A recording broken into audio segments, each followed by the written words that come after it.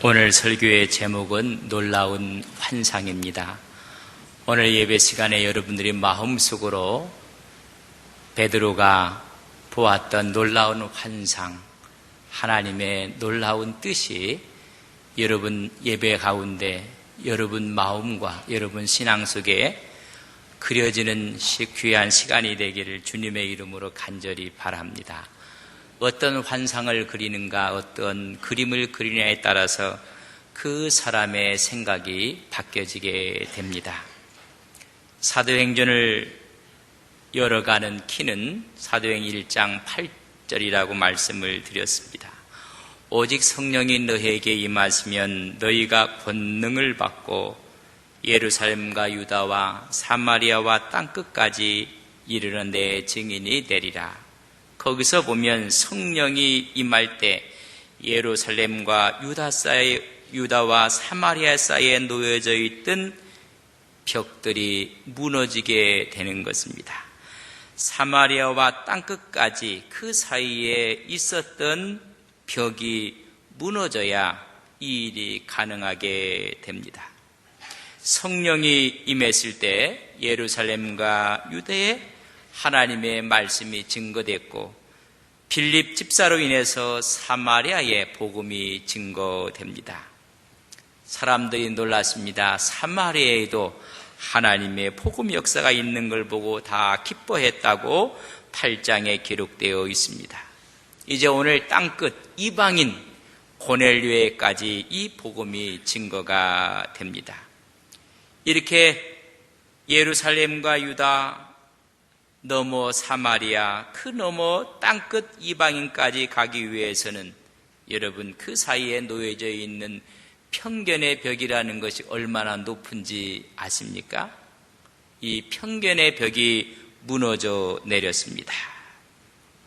종교적인 편견, 사마리아인을 사람 취급을 하지 아니했습니다. 그러나 이 편견이 무너진 것입니다. 이방인들, 인종적인 편견이 무너졌습니다. 언제 이런 편견이 극복되고 무너지는가? 성령이 임할 때 넘어간다고 본문은 말씀해주고 있습니다. 사람은 다 편견을 가지고 있습니다. 편견이라는 뜻은 이런 말입니다. 공정하지 못하고 한쪽으로 치우친 생각을 편견이라고 합니다. 어떤 사물 현상에 대하여 그것에 적합하지 않는 의견이나 견해를 가지는 태도, 다시 말하면 특정 대상에 대하여 간직하는 나쁜 감정, 부정적인 평가, 적대적인 언동, 이 전체를 총체해서 편견이라고 이야기를 합니다. 우리는 특정 대상에 대한 편견이 있습니다. 특별히 한국 사람들은 지방에 대한 편견이 있어요. 영남, 호남. 이런 편견의 벽이 무너져 내려야 합니다. 사회적인 편견도 있습니다. 가진 자에 대한 잘못된 편견도 있고, 여러분 인종적인 편견도 있습니다. 흑인이라는 것 때문에 갖는 편견, 장애인에 대한 편견, 여성에 대한 편견, 탈북자들이 상당히 많아지는데 탈북자에 대한 편견, 우리나라는 정치적인 또 편견이 강하다고 볼 수가 있습니다. 보수와 진보의 편견, 이념적인 편견입니다. 교회도 갖고 있는 편견이 많습니다. 이 교단과 저 교단에 대한 편견, 기독교 연합기관에 대한 편견들이 우리에게 있습니다. 정치인에 대한 편견, 종교인에 대한 편견, 사회 지도층에 대한 편견, 판검사에 대한 편견, 이런 편견들을 모든 사람들은 갖고 있습니다. 오늘 유대인들이 갖고 있었던 이 편견은 제가 지금 말씀했던 이런 편견보다도 더 견고하고 더 높고 난공불락의 편견들이었습니다. 그러나 이 편견들이 다 깨어져 나갔습니다. 사람이 성령이 충만하면 벽이 무너집니다. 그 사람 마음속에 은혜가 충만하고 사랑이 충만하면 편견의 벽은 무너집니다. 그러나 시기하고 미워하게 되면 편견의 벽은 더 두터워집니다. 어떤 사람은 성령에 충만한 사람이 있는가 하면 어떤 사람들은 편견에 충만한 사람들이 있습니다. 편견에 충만하면 벽이 두꺼워지고 사람과 사람들의 간격이 높아져서 갈등과 시기와 질투와 미움을 갖게 되고 여러분 상처를 갖게 되는 것입니다. 고통과 문제의식을 더 많이 갖게 되는 것입니다. 오늘 예배드리는 여러분들 마음속에 환상을 그리되 성령이 충만해서 내가 쌓아 올렸던 모든 편견의 벽들이 무너진 시간이 되기를 주님의 이름으로 간절히 바랍니다. 성령이 너에게 임하면 그 편견의 벽들을 다 극복하여 땅끝까지 이르내 증인이 되리라고 말씀해주고 있습니다. 사실을 알아보지 않고 과격한 판단과 결정을 내리기 때문에 편견은 더 깊어가고 있는 것입니다. 편견에 대해서 정의를 내리며 이해하겠던 사람들의 정의를 제가 전해드리려고 합니다. 편견은 무지의 지식이라고 윌리엄 헤즐리트는 말했습니다. 무식한 사람이 갖는 지식이 편견이라는 것입니다. 편견은 마음에 들은 것만 보고 있는 그대를 보지 못한다고 오브레이 드 베르가 이야기를 했습니다. 편견은 어리석은 사람의 이성이라고 폴테르가 이야기를 했습니다. 그래서 무지는 편견보다 진실에 가깝다는 이야기까지 합니다. 차라리 무지가 편견보다 낫다는 것입니다. 우리는 편견을 조심해야만 합니다. 편견에 바탕을 둔 견해는 항상 큰 폭력에 의해 유지하려는 경향이 있다고 프랜시스 제프리는 말하고 있습니다. 편견은 가상의 악으로 진실을 질식시키며 이성을 압도하고 강한 사람을 약하게, 약한 사람을 강하게 하는 요술장애가 편견이라고 했습니다. 여러분, 예수님에 대해서 편견을 가했던 유대인들은 그 편견에 사로잡혀서 더 큰 폭력을 행사를 합니다. 그래서 십자가로 예수님을 몰고 갑니다. 강한 사람을 약하게 만드는 것처럼 빌라도를 약하게 만들었습니다. 약한 자를 강하게 만드는 요술장이라고 했던 것처럼 약했던 군중들을 폭도로 만들고 말았습니다. 이것이 편견이라는 것입니다. 편견은 논리를 가장하기가 쉽습니다. 다시 말하면 거짓과 속임으로 모든 것을 치장한다는 것입니다. 편견을 가진 사람들이 바라볼 때는 곁눈질하고 말할 때는 거짓말을 하는 것이 편견입니다. 성서에 보면 편견의 예가 나오고 있습니다. 하나님의 의식과 자의식 가운데 대립관과 계속해서 하나님께서 요나에게 니느웨 성에 가서 하나님 말씀을 전하라고 합니다. 그러나 요나는 선민의식이라는 편견 때문에 어찌 내가 니느웨 성에 가서 구원을 외칠 수가 있겠습니까? 하나님의 명령 앞에도 그는 도망을 갑니다. 하나님이 추적해서 큰 물고기 속에 그를 집어넣고 말았습니다. 다시 그를 무태에 토해내서 하나님 말씀을 전했습니다. 니느웨 백성들이 회개하고 구원을 받게 됩니다. 요나가 하나님께 화를 내고 있습니다. 하나님, 내가 이럴 줄 알았습니다. 그렇기 때문에 내가 도망간 겁니다. 하나님 아시겠습니까? 요나 선지자의 잘못된 편견이었습니다. 하나님께서 사울왕을 버리시고 다른 왕을 세우려고 했을 때 이새의 집안으로 사무엘을 보내서 이새의 아들 가운데 한 아들을 왕으로 세우라는 것입니다. 이새가 자기 아들을 다 모았고 준비를 시켜 놓았습니다. 그때 장자 엘리압이 사무엘 앞을 지나가게 됩니다.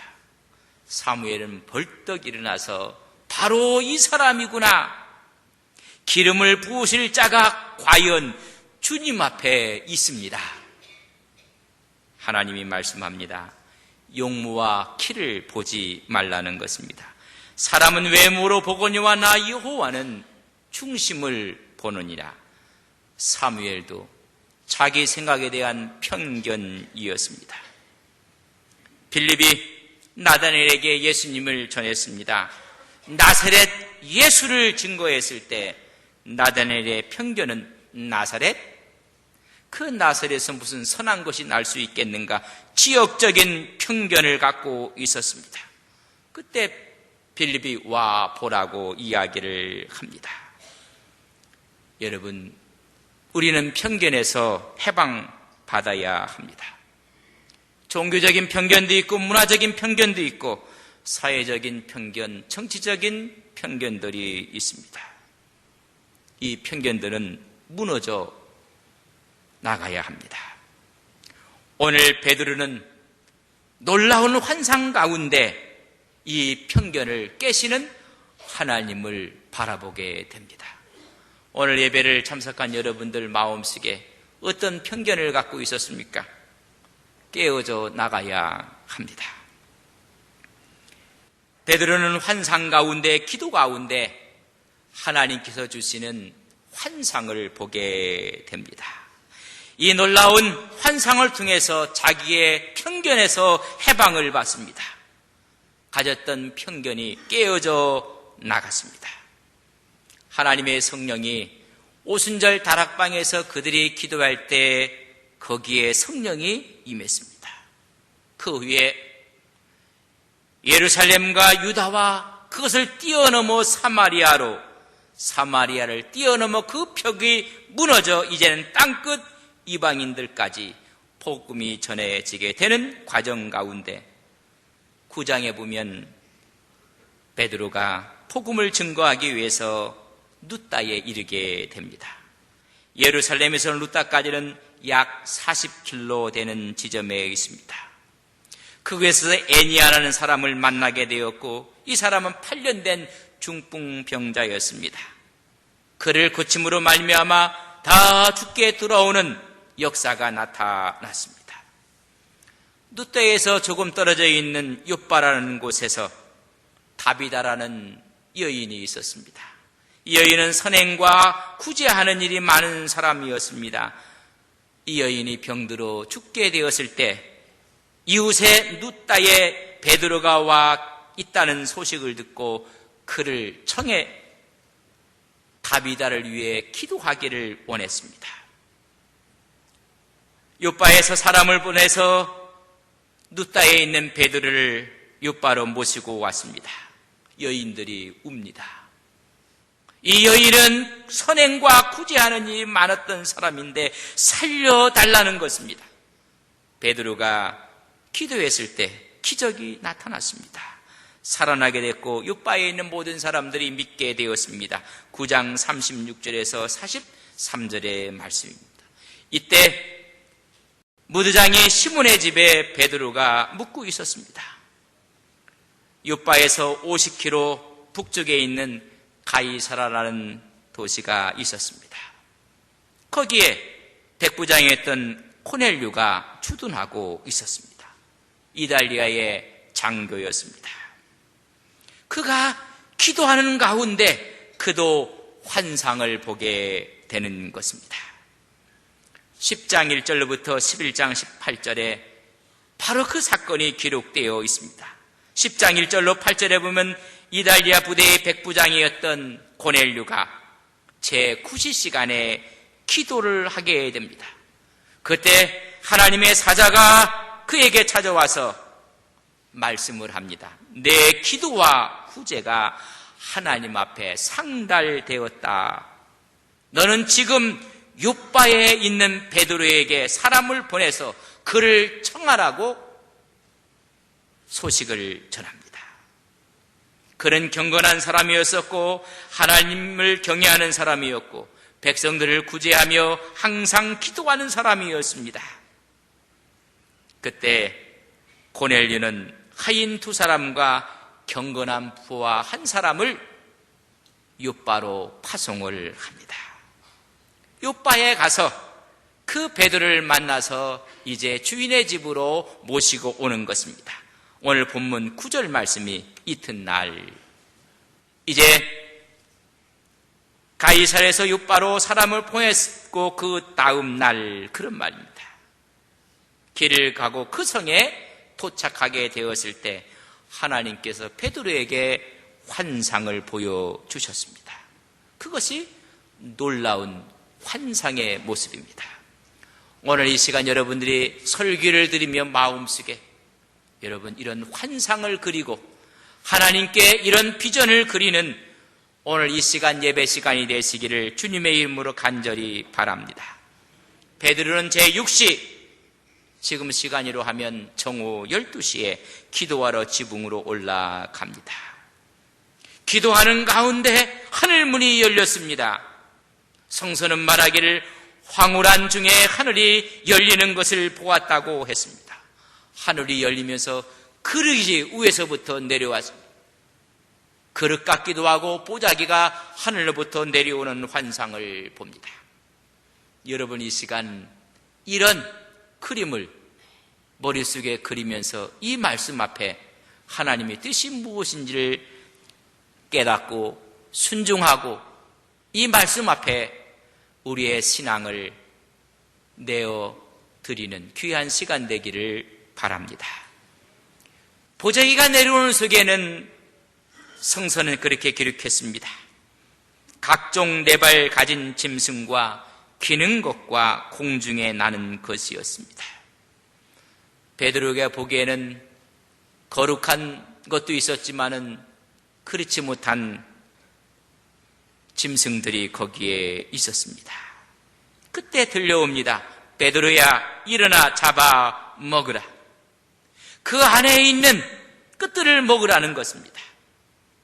부정한 것들이 그곳에 있었습니다.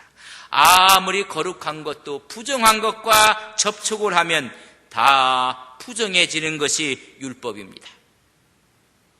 베드로가 말합니다. 그럴 수 없습니다. 속되고 깨끗하지 아니한 것을 내가 결코 먹지 아니했습니다. 보자기가 올라갔습니다. 또 보자기가 내려오면서 먹으라는 것입니다. 베드로는 먹을 수가 없다고 또 이야기를 합니다. 하나님이 말씀합니다. 내가 깨끗하게 한 것을 내가 왜 속되다고 하느냐? 먹으라. 먹을 수가 없습니다. 또 보자기가 올라갔습니다. 세 번째 내려옵니다. 하나님이 깨끗하게 하셨느니라 먹으라는 것입니다. 하나님 그럴 수 없습니다. 결코 먹을 수가 없습니다. 그리고 보자기가 올라갔습니다. 오늘 17절에 보면 이게 무슨 뜻일까? 무슨 의미일까? 이 환상이 주는 하나님의 뜻은 무엇인가? 고민하고 있었을 때 마침 고넬료가 보낸 사람이 왔습니다. 고넬료는 이방인입니다. 이방인 알기를 정말로 짐승처럼 취급을 했던 사람들입니다. 그때 성령께서 베드로야 너를 찾아오는 사람이 있을 텐데 의심하지 말고 그 사람을 따라가라 말합니다. 고넬료부터 보낸 사람들이 18절에 보면 베드로라 하는 시몬이 여기에 묵고 있습니까? 라고 묻습니다. 제대로 찾아왔습니다. 이유를 물어본 즉 우리 주인이 선생님을 모셔오라고 합니다. 베드로는 그때 그 환상의 의미를 조금 깨닫게 되었습니다. 이방인이 성령께서 말하기를 묻지 말고 따라가라. 이 말씀을 깨닫게 하기 위해서 이 환상을 보여줬다고 생각하며 따라갔습니다. 10장 24절에서 48절에 보면 고넬료의 집에 가게 됩니다. 고넬료는 왜 베드로를 초청했는가 그 이유를 설명을 듣게 됩니다. 내가 기도하는 중에 하나님의 사자가 베드로를 청하라고 했습니다. 그 이야기를 듣고 나서 34절에 보면 하나님은 외모로 사람을 보지 않는다는 결론을 얻게 되었습니다. 인종적인 편견이 무너져 나가는 순간입니다. 백부장은 이방인, 지옥의 땔감처럼 생각했던 사람이었습니다. 인종적인 편견이 깨어져 나갈 때 베드로는 그들에게, 모여있는 고넬료의 식솔들에게 십자가를 전했습니다. 주님의 부활을 그들에게 전했습니다. 그리고 이것을 믿는 자에게 죄 사함을 얻게 됨에 대한 구원의 도를 전했습니다. 여러분, 이렇게 하나님 말씀을 전했을 때 44절에 보면 성령이 그곳에 임하게 됩니다. 이방인에게 성령이 임하는 것을 보고 나서 요바에서 따라갔던 유대인들이 깜짝 놀랐습니다.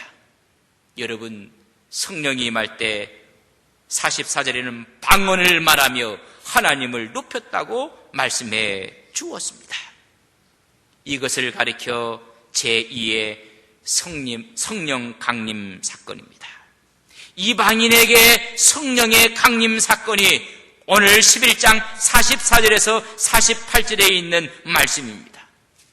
제1의 성령 강림 사건은 사도행전 2장 1절에서 4절입니다.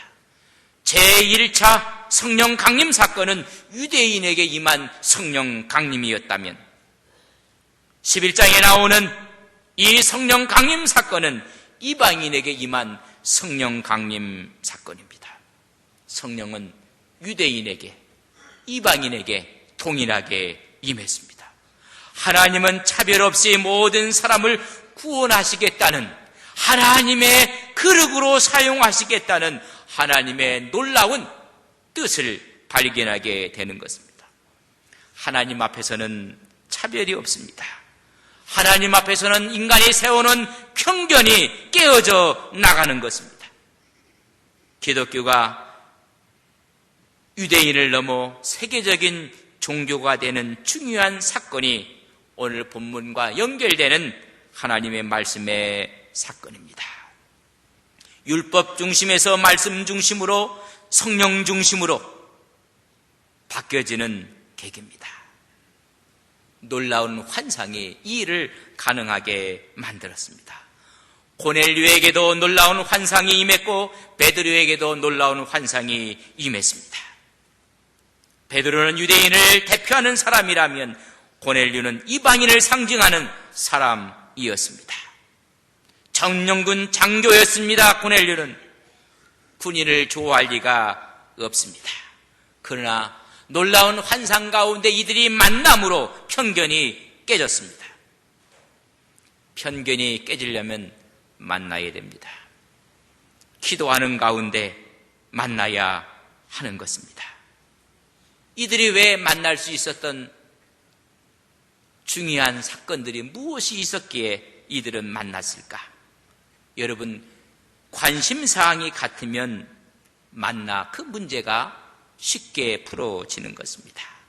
어떻게 만나게 되었는가? 아니, 고넬료와 베드로의 공통 관심사항이 무엇이었는가를 우리는 발견하면 여기서 놀라운 하나님의 뜻이 나타나게 됩니다.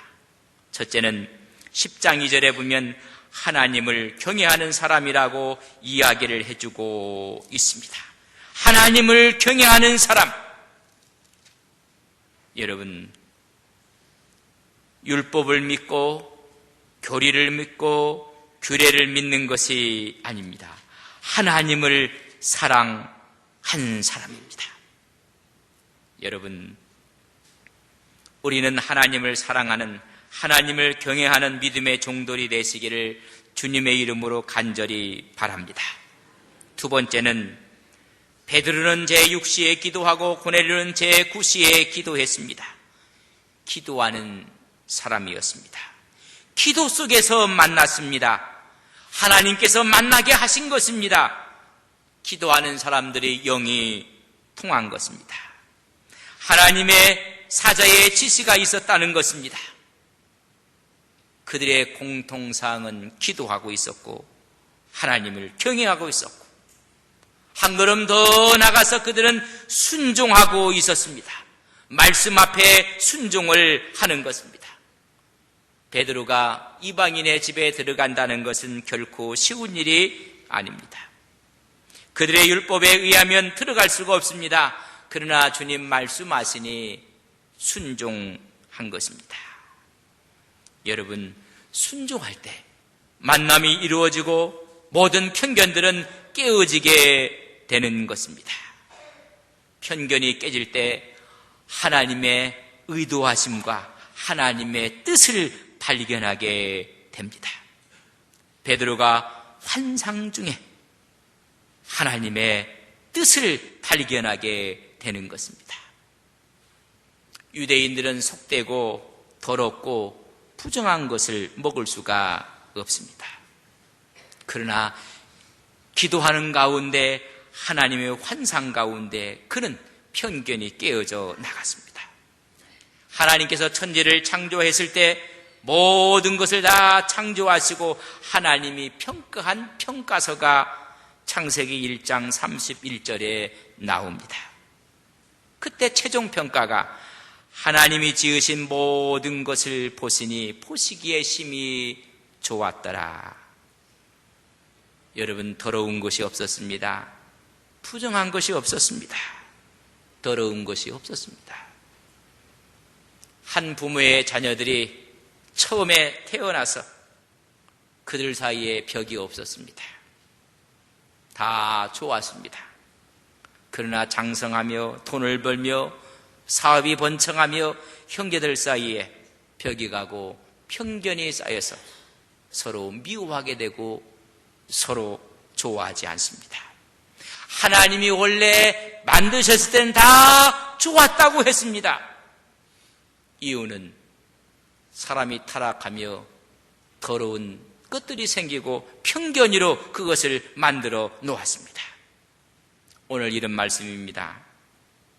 하나님께서 베드로에게 먹으라고 했습니다. 내가 다 거룩하게 하였다. 내가 만든 것은 다 보기에 좋았다 말하고 있는 것을 오늘 우리는 말씀을 통해서 보았을 때 베드로는 이런 말을 하는 것입니다. 하나님이 만드셨어도 하나님이 만드시고 다 좋았다 말씀하셔도 내가 더럽다고 하면 더러운 것입니다. 이것이 편견입니다. 하나님이 잡아먹으라고 지금 말씀하셔도 우리가 싫다고 하면 싫은 것입니다. 하나님이 깨끗하게 하셨다 말씀했지만은 우리가 더럽다고 말하면 더러운 것입니다. 먹으라, 먹을 수가 없습니다. 편견입니다. 요나는 편견에 사로잡혀서 니네로 가라. 갈 수 없습니다. 잘못된 편견입니다. 편견으로부터 해방이 필요합니다. 우리는 처음부터 편견을 갖지 말아야 합니다. 그러나 이 사회에 살면서 제도와 문화와 종교가 만들어진 잘못된 틀이 편견이 돼서 우리 앞에 다가올 때가 있습니다. 이 편견이 깨질 때 우리는 하나님의 뜻에 순종하게 되는 것입니다. 말씀을 드렸습니다. 사도행전 2장의 제1의 성령 강림 사건, 사도행전 10장 44절에 48절에 제2의 성령 강림 사건이 모든 벽들을 무너뜨리게 했습니다. 오늘 우리 마음속에 성령이 임하심으로 말미암아 우리가 간직하고 있었던 모든 편견의 벽들이 무너지는 귀한 시간이 되기를 주님의 이름으로 간절히 바랍니다. 신앙의 잘못된 편견, 성도 간의 잘못된 편견, 사회에 대한 잘못된 편견들이 깨어져 나가야 합니다. 환상 중에 만난 두 사람은 믿음의 대가였었습니다. 고넬료를 우리는 성서에서 어떤 사람인가를 그 주위에 있는 사람들을 통해서 우리는 볼 수가 있습니다. 고넬료가 종 2사람과 그의 경건한 부하 1사람을 베드로에게 보냅니다. 베드로를 만나서 주인의 말을 전하고 그들은 우리 주인 고넬료는 이런 사람이라고 말하는 것을 볼 수가 있습니다. 10장 22절에 보면 우리 주인은 의인입니다. 거짓과 불의가 없는 사람입니다. 우리 주인은 하나님을 경외하는 사람입니다. 우리 주인은 모든 사람들로부터 칭찬받는 사람입니다. 우리 주인은 천사로부터 지시를 받는 기도의 사람입니다. 그 지시를 받고 순종하는 사람입니다. 여러분, 이런 사람에게 하나님이 놀라운 환상을 통해서 베드로를 만나게 하는 것입니다. 이 시대에 베드로와 고넬료 같은 사람이 필요합니다. 베드로는 고정관념과 율법주의의 편견 속에 잡혀있는 사람입니다. 이방인에 대한 잘못된 편견을 가진 사람입니다. 그러나 성령 앞에 이 편견들이 무너져 나갔습니다. 모든 장애를 극복했습니다. 거룩한 만남, 놀라운 현상이 그들에게 임한 것입니다. 오늘 여러분 마음속에도 이런 하나님의 은혜의 놀라운 환상들이 여러분의 신앙 가운데 있기를 주님의 이름으로 간절히 바랍니다. 우리가 가져있던 편견이 무너져 나갔을 때 그 아름다운 모습을 여러분들이 그려나가며 여러분이 갖고 있던 편견들이 하나 둘 무너져서 하나님의 은혜의 축복이 우리의 심령 가운데 가득하기를 주님의 이름으로 간절히 바랍니다.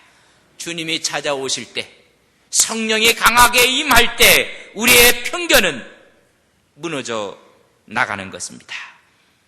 믿음의 거룩한 환상을 바라보며 믿음으로 승리해 나가는 온 성도님들이 되시기를 주님의 이름으로 간절히 바랍니다. 주님이 찾아오실 때, 주의 성령께서 우리 마음속에 임하실 때 쌓아두었던 모든 편견들은 무너져 나갑니다.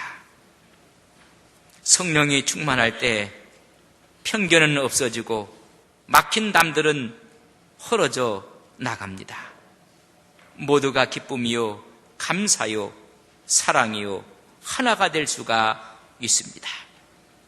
이방인 고넬료와 유대인 베드로가 하나가 되었고 그때 제2의 성령 강림 사건이 이루어졌습니다. 하나님, 오늘 우리가 갖고 있는 잘못된 편견의 눈은 없습니까? 성령이여 이 시간 환영하오니 성령의 임재가 우리의 마음속에 임하게 하옵소서. 가정 가운데, 직장 가운데, 사회 가운데 잘못된 편견의 벽들이 무너져 나가게 하옵소서. 거룩한 하나가 되게 하옵소서. 놀라운 성령의 충만함이 우리의 심령 가운데 임하게 하옵소서. 예수님의 이름으로 기도 올리옵나이다. 아멘.